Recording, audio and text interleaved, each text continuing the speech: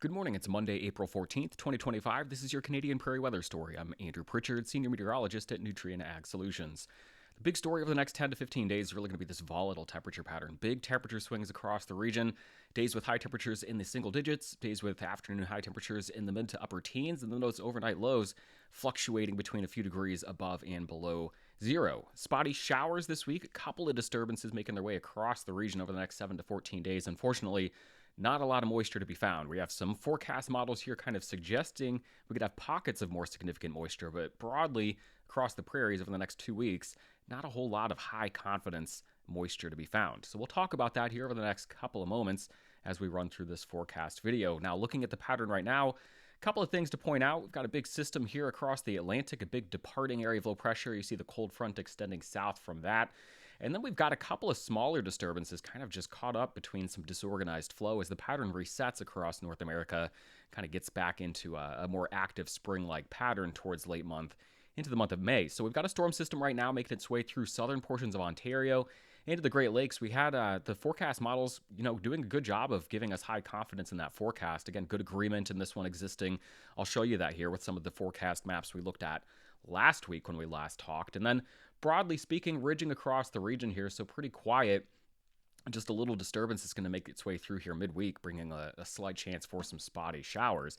Again, the radar is pretty quiet right now, other than the system in the east, southern Ontario, dealing with some snow across the region, some light rain snow mix kind of tapering off across southern portions of Manitoba this morning, and then some very light showers between Peace River and Edmonton this morning as well. Maybe some flurries there, with fairly uniform temperatures across the region, anywhere from a degree or two below zero, and then a few degrees above zero as you head from west to east across the region. Again, generally cooler in the west, a little bit warmer in the east as we get started here on Monday morning. Now, this is where we can see the system that comes through midweek. We'll look at the NAM model. This will take us through Thursday right now. So here's your Monday morning picture. The snow in the east, very, very light showers here across north central Alberta. We'll run this through the day today into Tuesday morning. This is what it looks like as we get to sunrise on Tuesday. It's Tuesday night into Wednesday. You see this area of low pressure, the main area of low pressure tracking off to the north, but there is a frontal boundary that extends south from that, and this is where we could see just a quick hitting round of some showers from this, again, Tuesday night through the day on Wednesday as this front progresses across the region. You see the area of low pressure kind of spinning away across the region overhead into Wednesday and Thursday as another disturbance runs south across the region. And this is really the story as we head into the weekend. A couple of disturbances passing south of the prairie, but not a whole lot in terms of significant moisture across the prairie proper. You see as the forecast ends here midday Thursday, we've still got the area of low pressure overhead here.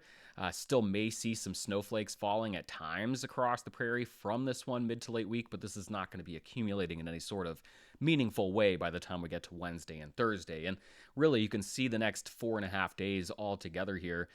Just some, scattered light totals here. That could be, in the measurable range. We're talking just a few millimeters here and not really any sort of significant snow accumulation across the region as this front kind of sweeps across the region. Again, 5 to 10 millimeters, 10 on the high side here in very isolated pockets. A lot of people don't even see any precipitation from this one as we head through, again, that Tuesday night, Wednesday time period, and then maybe some flurries lingering into Thursday. Nothing really substantial accumulating or resulting from that. Now, the European AI forecast system, through the next 10 days, you notice it does have some moisture here. It's got up to an inch, up to 30 millimeters of precipitation across a wide swath of the prairie. I have higher confidence in that corridor in the west, across portions of Alberta. A lot of this comes about 7 days from now as we get to mid next week. The corridor of precipitation here, that 20 to 30 millimeters across Saskatchewan into Manitoba, lower confidence on that, and I'll explain as we go through the forecast here of the next couple of slides. Now, here's the jet stream over the next 10 days. Again, it continues to evolve. It is certainly not blocked up, and it is certainly not stuck in one thing or another. That is nice because it keeps everything on the table here for us and keeps variety in the weather, but it makes it tricky to kind of pin down, what's going to be happening. But beyond 5 days or so, that, day 5 to 15 time frame right now, very inconsistent, very difficult to get any sort of high confidence read on any looming storm systems that could have a significant and badly needed impact on the moisture in the area. So here's what we got today. The system that was well advertised a week ago, making its way out of here as we get the week started. So we'll roll it through Monday. This is Tuesday, getting into Wednesday. Here's the midweek disturbance.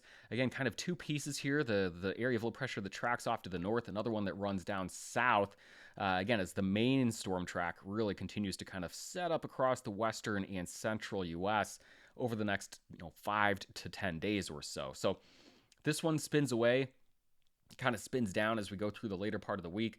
We get another period of ridging here as we get into the later part of the coming week here, Friday into Saturday, April 18th and 19th. As another trough, another big area of low pressure digs in across the western U.S. This will be a stormy time period across portions of the plains and the Midwest across the U.S., south of the prairies, but, ridging and being kind of cut off from that storm track in the near time north of the 49th. Where we get some, inconsistencies in the forecast is as we get later into that period beyond the 20th of April, where we've got multiple storm systems. Right here in specific seems to be kind of where the forecast in the last part of April hinges. It's this wave that swings through the 22nd and 23rd of April, and then this other one that kind of comes in on the backside here. Whether or not we get some decent phasing or decent timing of these systems really has a big impact on whether or not we get that swath of precipitation. And then we get further out in the forecast. This is what I like to see, this big extended area of flow coming in from the Pacific. This would mean or maybe signal a period of active and more stormy, wetter precipitation, more focused moisture. This is all the way out to April 28th. April 29th and 30, which I just do not have high confidence in the forecast model being exactly right at that time frame. Now, kind of simplifying it with the look at the 500 millibar heights, we'll go ahead and roll this back again Monday. Into Tuesday, departing wave, high pressure on the backside. That's going to keep us rather quiet, even with this little system sneaking through midweek. This is not a big system that comes swinging in. This is a little one that rides over the ridge, kind of tries to squeeze in, does so in two parts, one running north, one running south. That does not give us a meaningful hit of moisture. It gives us a quick hitting shot of some light showers before higher atmospheric pressure comes back in by Friday and Saturday. We get this next trough, again, the kind of multi-wave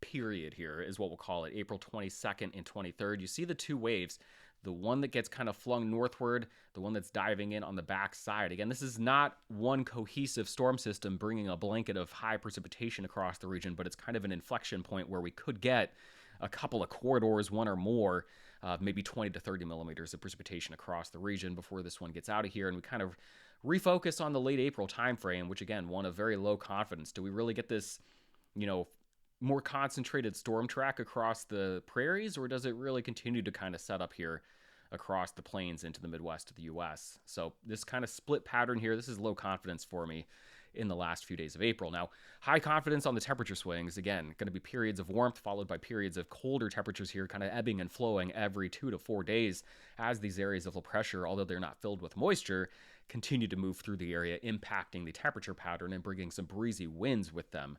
So here's the forecast, the precipitation forecast. We'll just wrap it up with this. I say wrap it up. I really have several more things I'm going to show you here, but we'll wrap up the details here and kind of put a bow on this in a way that makes sense for you in a more verbatim way. So Monday, pretty quiet. Here's our midweek system Tuesday night into Wednesday. The area of low pressure off to the north. Another disturbance runs down the Rockies here. That front kind of in between gives us a quick hitting shot of some light moisture across the region this Tuesday night into Wednesday. Quieting down as we head into the weekend. Warmer temperatures across the region.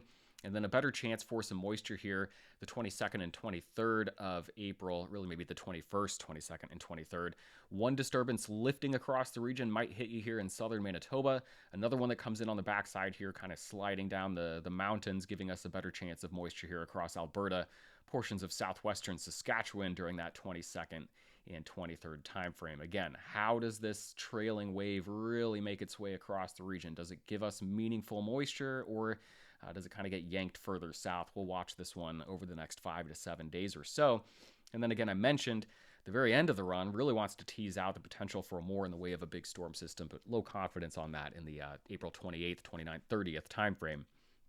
Now, side by side with the models from last week, here's what they were saying as I talked to you last Monday, April 7th, about what the forecast for the early morning on Monday, April 14th should look like. And sure enough, An area of low pressure lifting through the Great Lakes into southern Ontario, though they were kind of disagreed in how strong that forecast storm would be. They had good agreement on the location and the timing there. The GFS was correct about that as well. Of course, what do we have?